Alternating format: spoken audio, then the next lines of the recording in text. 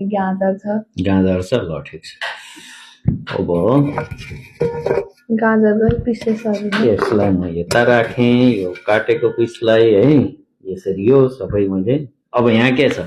खाली खाली छ। यहाँ तिमीले खाली देखेको हो। अघि यो सबै यहाँ राख्दा के देखेको थियो? डिफ्रेन्ट आइटमहरू। र यो खाली होइन, यो के हो थाहा छ? यो भनेको आमा, आबाट आमा है त। अब यो आमा कसरी हो त भन्दाखेरि सबै चिजलाई समेटेर राख्ने। जस्तै घरको परिवार, तिम्रो बाबा हैन, तिम्रो मामु है, सबै। तिम्रो आमा, मेरो आमा है, जस्तै हामी सबैलाई समेटेर राख्ने आमा। जस्तै अब तिम्रो आमाको कुरो गर्नुपर्दा जब तिमी सानो थियौ हैन, जब तिमी सानो थियौ, सानो हुँदा तिमी रुन्थ्यौ राति उठेर है।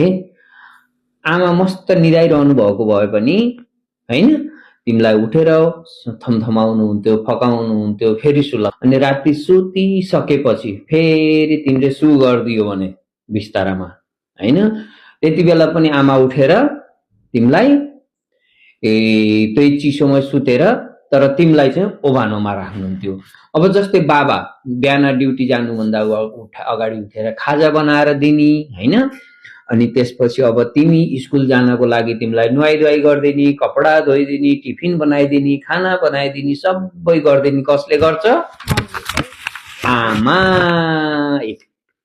आबाट आमा है। अहिले देख्दा के देखियो त भन्दा यो माथि राखेको सामानहरू देखियो तर आमा देखिएन। भनेपछि यो भाँडा जस्तै हाम्रो घरको आमा है, आमा हुनुहुन्छ। त्यो आमाले हैन हामी सबैलाई समेटेर राख्नु भएको छ है। अब खाना बनाउनेदेखि लिएर कपडा धुनेदेखि लिएर हैन, हरेक कुराहरूको रेखदेख कसले गर्छ? आमाले। तर हामीले आमालाई बुझ्दैनौ। जस्तै अहिले हामीले देख्दा, अहिले तिमीलाई मैले सोधेँ नि यसरी मिलाएर राखेको आमा है। अब आमाको महत्व मान्छेहरूले, धेरै व्यक्तिहरूले कहिले बुझ्छ त भन्दा आमा जब हामीदेखि धेरै टाढा जानुहुन्छ, बोल्न छोड्नुहुन्छ हैन, बात कुरा गर्न छोड्नुहुन्छ, त्यसपछि बल्ल आमाको महत्व बुझ्छ मान्छेले।